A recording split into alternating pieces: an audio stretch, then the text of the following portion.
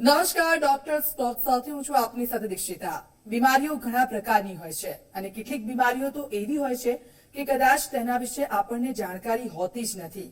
તમારા શરીરમાં થતા કેટલાક નાના નાના ફેરફાર એ રોગના લક્ષણો પણ હોઈ શકે છે અને એટલે જ આજે ડોક્ટર સ્ટોકમાં આપણે વાત કરીશું ડોક્ટર મનોજ સત્યવાણી સાથે. તેઓ ડીએમ ન્યુરોલોજીસ્ટ છે અને આપણે તેમને પૂછીશું કે આ કયો રોગ છે અને તેના વિશે જાણકારી મેળવીશું. MS ની જાણકારી મેળવીશું ડોક્ટર મનોજ પાસેથી. ડોક્ટર મનોજ, આપનું સ્વાગત છે ઝી 24 કલાક. Thank you Dikshitaben. બિલકુલ, સૌથી પહેલા સવાલ તો એ થાય છે કે આ જે મલ્ટિપલ સ્ક્લેરોસિસ છે એ શું છે અને MS ની જાણકારી લોકોને કઈ રીતે થઈ શકે? દીક્ષિતાબેન, હું બધા દર્શક મિત્રોનો અભિવાદન કરું છું અને મલ્ટિપલ સ્ક્લેરોસિસના વિષયમાં હું તમને જણાવું કે આ એક જાતનું ઇમ્યુન ડિસરેગ્યુલેશનની બીમારી છે. આપણી બોડીની જે ઇમ્યુન સિસ્ટમ હોય એ જ્યારે ડિસરેગ્યુલેટેડ, આઉટ ઓફ કંટ્રોલ થઈ જાય તો બોડીમાંથી ઇમ્યુનિટી માટે જે એન્ટીબોડીઝ બનતી છે એ આપણી પોતાની શરીરની નસો, જે કે શરીરમાં હોય, મગજમાં હોય અને સ્પાઇનલ કોર્ડ એટલે કરોડરજ્જુમાં હોય, એને ડેમેજ કરવા માટે. અને એ ડેમેજ થવાથી બેસિકલી જે મગજનું અને આપણા કરોડરજ્જુનું અને નસોનું જે બોડી ઉપર કંટ્રોલ રહે એ એમાં ખામી આવી જાય અને એના કારણે અમુક લક્ષણો ઉત્પન્ન થાય. એના કારણે એ મલ્ટિપલ સ્ક્લેરોસિસની બીમારી થાય. એમાં મગજમાં, કરોડરજ્જુમાં અને નસોની ઉપર જે આવરણ હોય, જેને આપણે નોર્મલ ભાષામાં માયલિન શીથ કહેવાય, એ માયલિન શીથને ડેમેજ થવાના કારણે આ રોગ ઉત્પન્ન થાય અને એને કહેવાય ડીમાયલિનેશન. એટલે માયલિન શીથનો બગાડ એટલે ડીમાયલિનેશન. અને એના કારણે મગજમાં, કરોડરજ્જુમાં અને નસો પર વ્હાઇટ કલરના ચાંદા પડી જાય. એટલે એને બીજું નામ છે એમનું વ્હાઇટ મેટર ડિસીઝ. અને એના કારણે બહુ બધી જાતના લક્ષણો ઉત્પન્ન થાય. મેઇનલી એના કારણે મુખ્યતઃ આંખની નસમાં અસર થાય 60% લોકોમાં, અને એ લોકોના કારણે એ લોકોની વિઝન ઓછી થઈ જાય, ડબલ દેખાય અથવા તો ઝાંખું દેખાય. એના કારણે પહેલું લક્ષણ એ જ હોય. અમુક કેસીસમાં ચાલવામાં તકલીફ, પેરાલિસિસ જેવી તકલીફ, હાથ પગમાં ઝંઝનાટી થવાનું અને પેશાબ અને સંડાસની જે નસો હોય એના ઉપર કંટ્રોલ ગુમાવી દે એટલે પેશાબમાં અટકાવો થવો, પેશાબ જાતે જ નીકળી જવી, આવી રીતની બીમારી થાય. લોકોને ચાલવામાં તકલીફ પડે અને અમુક લોકોને યાદ શક્તિ બી ઓછી થવા મળે.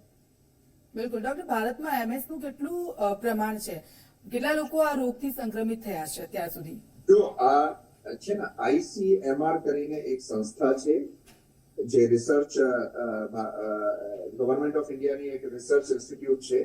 એના પ્રમાણે આઉટ ઓફ 1 લાખ એટલે 1 લાખમાંથી 20 લોકોને આ રોગ થાય. પણ મારા હિસાબે આ એકદમ જે ગણતરી છે ખાસી ઓછી છે, કારણ કે બેસિકલી આ જે આંકડા છે ધીરે ધીરે કરીને વધતા જાય છે. અમે ડે ટુ ડે આપણા નોર્મલ દિવસોમાં હવે મલ્ટિપલ સ્ક્લેરોસિસના કેસીસ વધારે જોઈએ છે અને મને લાગે છે કે આ જે ગણતરી છે એ ફરીથી રિપીટ થાય તો આમાં સંખ્યા વધારે દેખાશે. બિલકુલ ડોક્ટર, આ જે આંકડાઓ છે સતત વધી રહ્યા છે એટલે ચિંતાનો વિષય તો છે જ. તો આ રોગનું નિદાન કઈ રીતે કરી શકાય? આમાં બેસિકલી પેશન્ટને ન્યુરોલોજીસ્ટ પાસે જવું પડે અને ન્યુરોલોજીસ્ટ આમાં એમના લક્ષણોના ઉપર અને પેશન્ટને તપાસીને એટલે ક્લિનિકલ એક્ઝામિનેશન કરીને અને એના પછી આમાં જરૂર લાગે તો ઇવોક્ડ પોટેન્શિયલ કરીને એક નસોની તપાસ હોય છે અને બ્રેનમાં અને સ્પાઇનનો MRI કરીને એને કન્ફર્મ કરી શકે છે. બિલકુલ. MS ની સારવાર દર્દીએ કઈ રીતે લેવાની હોય છે? એટલે તબક્કાવાર સારવાર હોય છે? કઈ રીતની સારવાર હોય છે MS ની? જો MS ને આપણે આ રોગને મૂળમાંથી નહીં કાઢી શકીએ. આ રોગને છે ને આગળ વધતા આપણે અટકાવી શકીએ, એમને આગળ વધતા સ્લો કરી શકીએ છીએ એનો પ્રોગ્રેશન, પણ એને મૂળમાંથી નહીં કાઢી શકીએ. પણ જો કે મેં જે રીતે કીધું એ રીતે એમની બહુ બધી દવાઓ આવે છે. દવાઓનું નામ હોય ડિસીઝ મોડિફાઇંગ થેરેપી, TMT. એટલે એ રોગને ડાયરેક્ટ મૂળમાંથી અસર કરે અને બીમારીમાં આગળ થતા અટકાવે અથવા તો એને સ્લો કરી શકે છે. તો એની સ્પેશિયલ ઇમ્યુનોમોડ્યુલેટર અને ઇમ્યુનોસપ્રેસન્ટ નામની દવાઓ આવે છે. એ મલ્ટિપલ સ્ક્લેરોસિસ માટે સ્પેશિયલ દવાઓ હોય.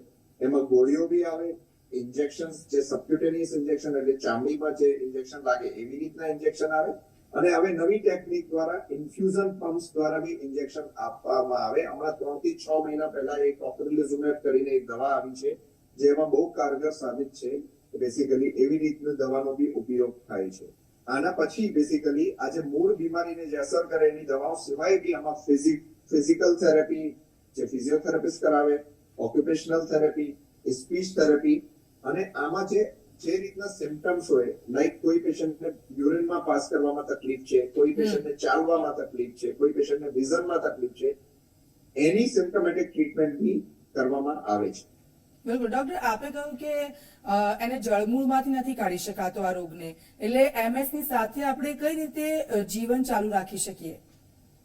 જી, મારા પાસે હું ગયા 19 વર્ષથી MS મલ્ટીપલ સ્ક્લેરોસિસની સુરતમાં સારવાર કરી રહ્યો છું અને આમાં જે શરૂઆતથી જે દર્દી હોય બેસિકલી એ અગર પ્રોપરલી ટ્રીટમેન્ટ કરાવે તો એમાં ડિસેબિલિટી આવવાની શક્યતા બહુ ઓછી હોય અને એવા રીતના દર્દીઓમાં બેસિકલી આપણે સાથે સાથે એ લોકોને મોટિવેટ કરતા રહીએ, એમને ફિઝિકલ એક્ટિવિટીઝ અને મેન્ટલ એક્ટિવિટીઝમાં પાર્ટિસિપેટ કરે, એ લોકોને સોશિયલ સર્કલ બનાવીએ. એના માટે અમે એક સપોર્ટ ગ્રુપ બી ચાલુ કર્યું છે જે સપોર્ટ ગ્રુપ સાથે એ લોકો બહુ સારી રીતે જીવી શકે અને એ લોકોને રોજિંદાની કાર્યકર્તી કરી શકે છે. જે વ્યક્તિ હોય, જે દર્દી હોય, એને આ MS નો રોગ થયો હોય પછી સામાન્ય જીવન જીવી શકે ખરો? જી, હું તમને કહું કે 80 થી 90% જે દર્દી હોય એ બહુ સારી રીતે અને સામાન્ય જીવન જીવે છે.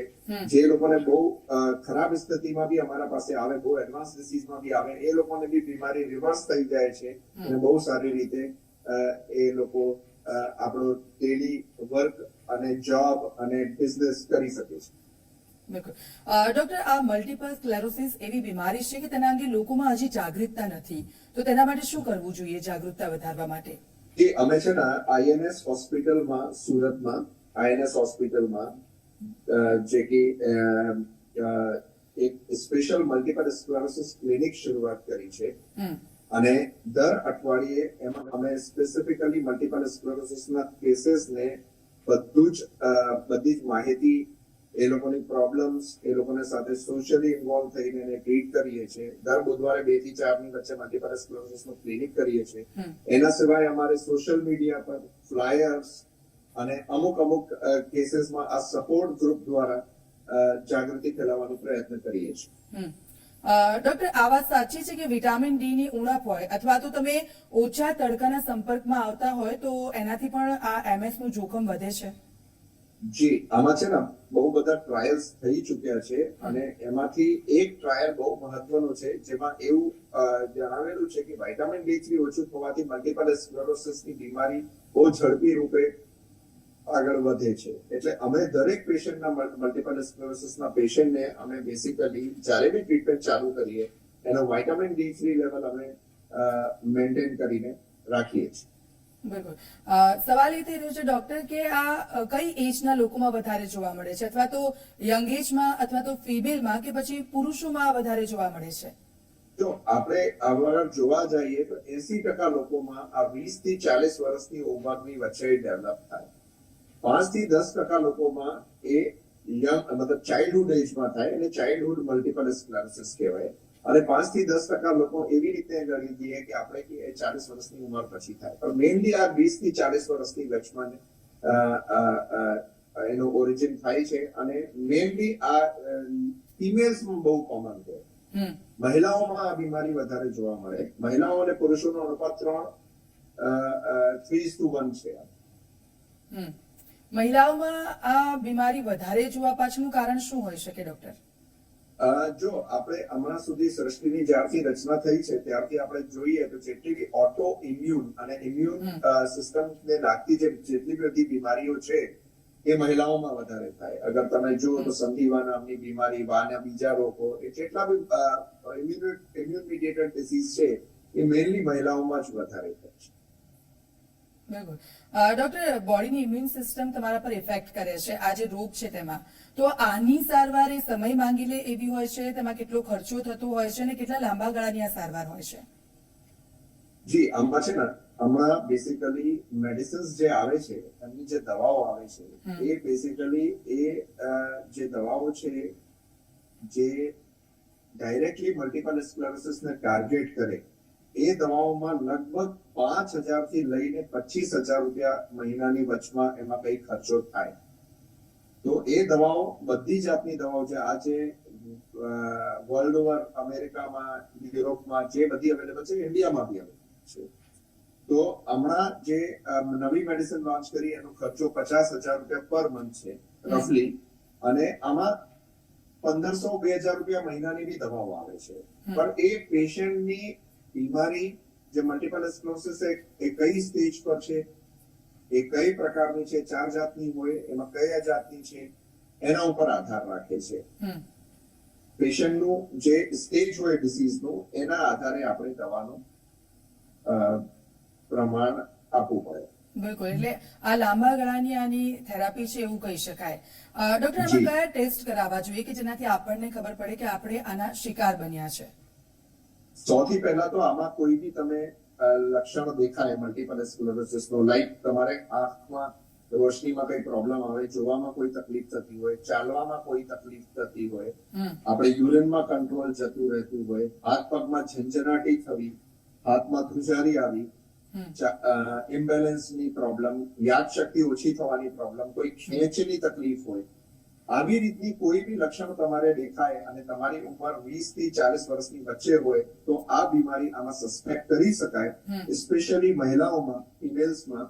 અને એ તરત જ તમારે એક ન્યુરોલોજિસ્ટનો સંપર્ક કરીને એના પાસે ક્લિનિકલ એક્ઝામિનેશન કરીને અને જરૂર પડે તો MRI અને ઇવોક પોટેન્શિયલ કરાવવું જોઈએ. બિલકુલ.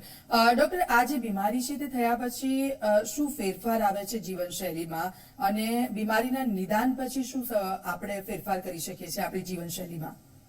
જી, એક સત્ય છે કે ન્યુરોલોજીની કોઈ બી બીમારી હોય, મલ્ટીપલ સ્ક્લેરોસિસ હોય કે કોઈ બી હોય, સ્ટ્રોક હોય, એપિલેપ્સી હોય, કોઈ બી જાતની બીમારી હોય, અગર તમે ન્યુરોલોજીસ્ટ પાસે શરૂઆતમાં જ પહોંચી જાઓ તો બેસિકલી, અને બીમારીનો જો નિદાન થઈ જાય, એની સારવાર શરૂ થઈ જાય તો એ જીવનમાં બહુ વધારે તમે રૂકાવટ કે તકલીફ પેદા નથી કરતી અને તમે એના સાથે બહુ સારી રીતે જીવન જીવી શકો છો. અગર અમુક કેસીસમાં જેમાં લેટ ડાયગ્નોસિસ એટલે નિદાન થવામાં વાર લાગી જાય અથવા પેશન્ટની અથવા કોઈ બેદરકારીની કારણે એનું ટ્રીટમેન્ટ પ્રોપરલી નહીં થાય, એવા જ કેસીસમાં આપણે ભવિષ્યમાં તકલીફ પડે છે. બાકી શરૂઆતના સ્થિતિમાં અગર આપણે એમને ડાયગ્નોસિસ કરી લઈએ અને ટ્રીટમેન્ટ ચાલુ કરી દઈએ તો આજે સાયન્સ એટલું ડેવલપ થઈ ગયું છે અને આ દવાઓ એટલી વધારે ઇફેક્ટિવ છે કે આમાં તમે તમારું ડેલી રૂટીન હાઉસવાઇફ આપણું ઘરનું કામ કરી શકે છે, એને ફેમિલી મેનેજ કરવામાં કોઈ તકલીફ નહીં પડે, કોઈ જોબ કરતું હોય એને જોબ કરવામાં કોઈ તકલીફ નહીં પડે, અને કોઈ બિઝનેસ કરતો હોય તો એમાં બિઝનેસ કરવામાં કોઈ તકલીફ નહીં પડે. બિલકુલ. આ મલ્ટીપલ સ્ક્લેરોસિસ છે એના કેટલા પ્રકારો છે? મલ્ટીપલ સ્ક્લેરોસિસ મુખ્યતઃ 4 પ્રકારનું હોય અને એમાં ઇંગ્લિશ નામ એના હોય રિલેક્સિંગ રિમિટિંગ મલ્ટીપલ સ્ક્લેરોસિસ, જેમાં વારે ઘડીએ એના એપિસોડ્સ આવતા હોય. એક વખત ધારો કે આંખમાં તકલીફ થઈ, આપણે દવા કરી, એ સુધરી ગયું, બીજી વખત પગમાં તકલીફ આવી ચાલવામાં અને એ બી સુધરી ગયો, અને ત્રીજી વખત વારે ઘડીએ એના એપિસોડ્સ આવે, અટેક્સ આવે, એને વારે ઘડીએ MS અટેક્સ કહેવાય. અટેક્સ એક હોય રિલેક્સિંગ રિમિટિંગ, એ આવે જાય, એ પહેલું પ્રકાર હોય, મોસ્ટ કોમન પ્રકાર હોય. 70 થી 80% લોકોમાં આવી રીતનું જ હોય.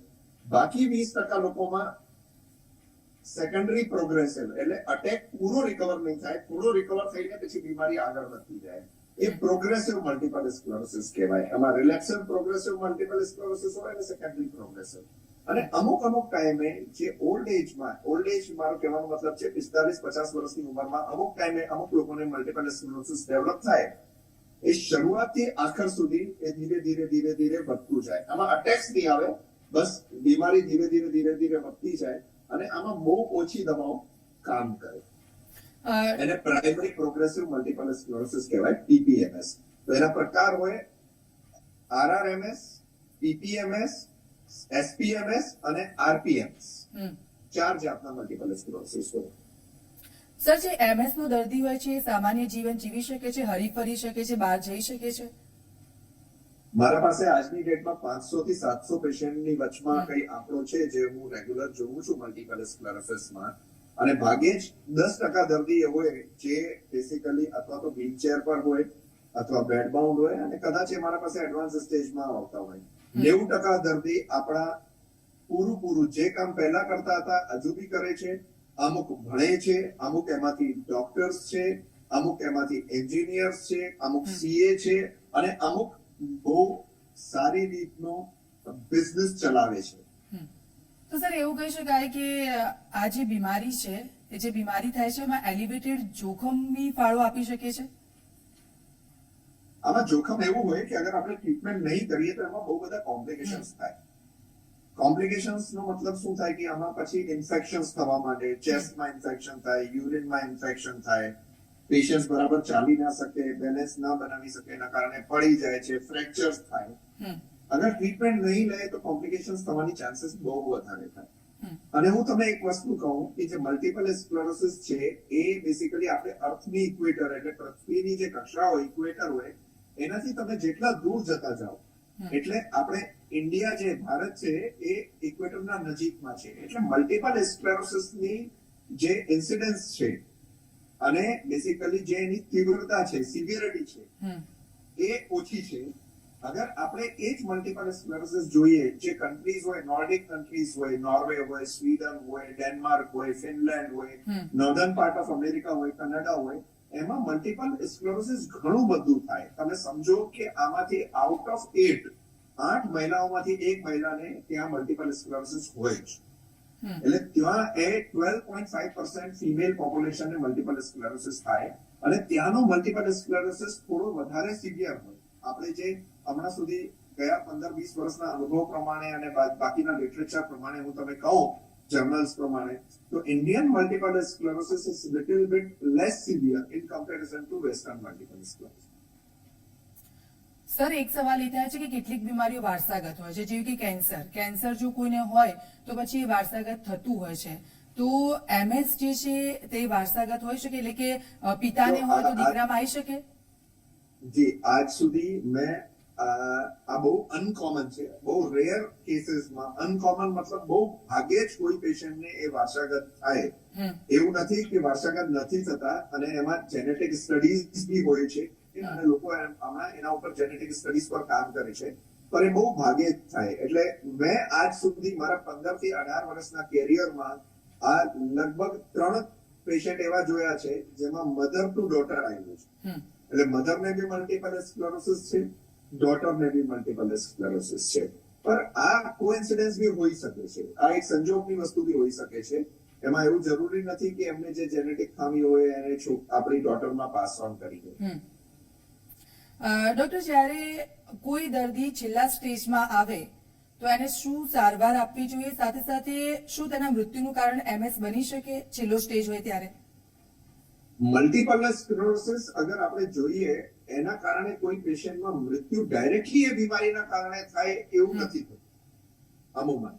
કારણ કે મલ્ટીપલ સ્ક્લેરોસિસ જે બ્રેનમાં ડેમેજ કરે એ શરૂઆતના 20 થી 40 વર્ષ સુધી ડેમેજ કરે, એના પછી એ ડેમેજ કરવાનું અટકી જાય. અમે એમને કહેવાય એક્યુટ ઇન્ફ્લેમેશન થી ક્રોનિક ઇન્ફ્લેમેશનમાં ચાલી જાય.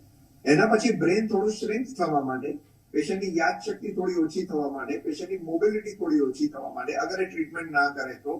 પણ એની મૃત્યુ ડાયરેક્ટલી મલ્ટીપલ સ્ક્લેરોસિસના કારણે નહીં થાય, પણ એની ઇમ્યુનિટી એટલી ઓછી થઈ જાય એના પછી, અને એની રોગ પ્રતિકારક ક્ષમતા એટલી ઓછી થઈ જાય કે એના ઇન્ફેક્શન થવા માંડે, એની મોબિલિટી નહીં રહે તો બેસિકલી એને બેડ સોર્સ થવા માંડે, અને એને બેસિકલી યુરિનમાં ઇન્ફેક્શન્સ થવા માંડે, એસ્પિરેશન ન્યુમોનિયા કહીએ અમે, લંગ્સમાં ઇન્ફેક્શન થવા માંડે.